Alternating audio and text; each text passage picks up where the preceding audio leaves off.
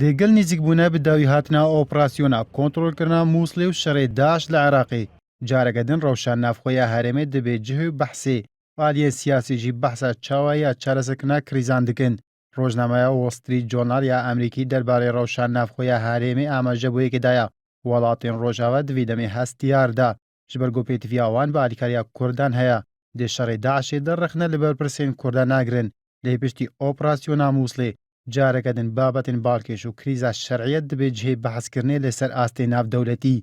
Rojnameya Emerîkî di raporta xwe de amaje dike bê derbasbûna zêdetir ji salekê bi serrêgirîkirin lê serokê Parleman û berdewambûna Barzanî di postê xwe de.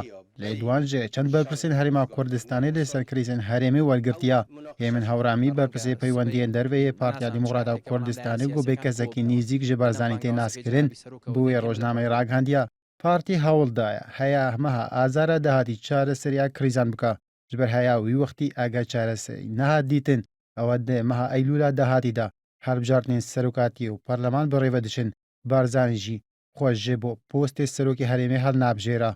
Berpirsekî diniyê partî ji bo rojnameya Wall Street Journal ya Emerîkî axiviya ku ew jî hoşyar zêbariya endamê mekteba siyasî ya partî zêbarî amaje wê kiriye pêdiviye berî bi dawî hatina operasyona Mûslê Kurdan navmala xwe rêxistbin ji ber piştî operasyonê guvaşa zêdetir dikeve ser dam û dezgihan ji bo çalakirina wan.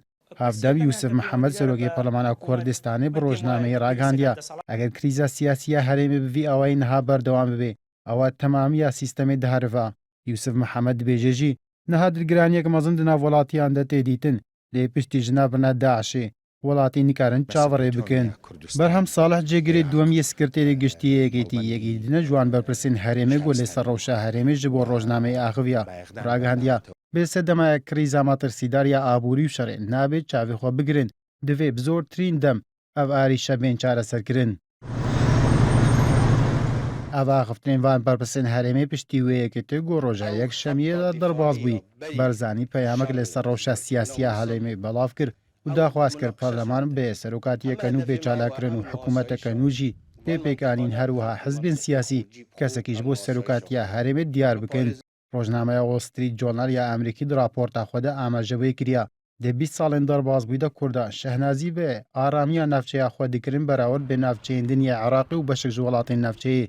Rojnameyê ragihandiye jî Herêma Kurdistanê duê heyamê de bê navçeyeke demokrasî li Rojhilata Navaraz dihat temaşakirin got ew jî balkêş bû bû welatên navdewletî bê ji sala 2005 ve sê caran dest û destkirina desthilatê li hikûmeta Bexda çêbûye lê di niha de rewşa demokrasiya herêmê berawer bê hikûmeta Bexda di rewşeke xirab de ye.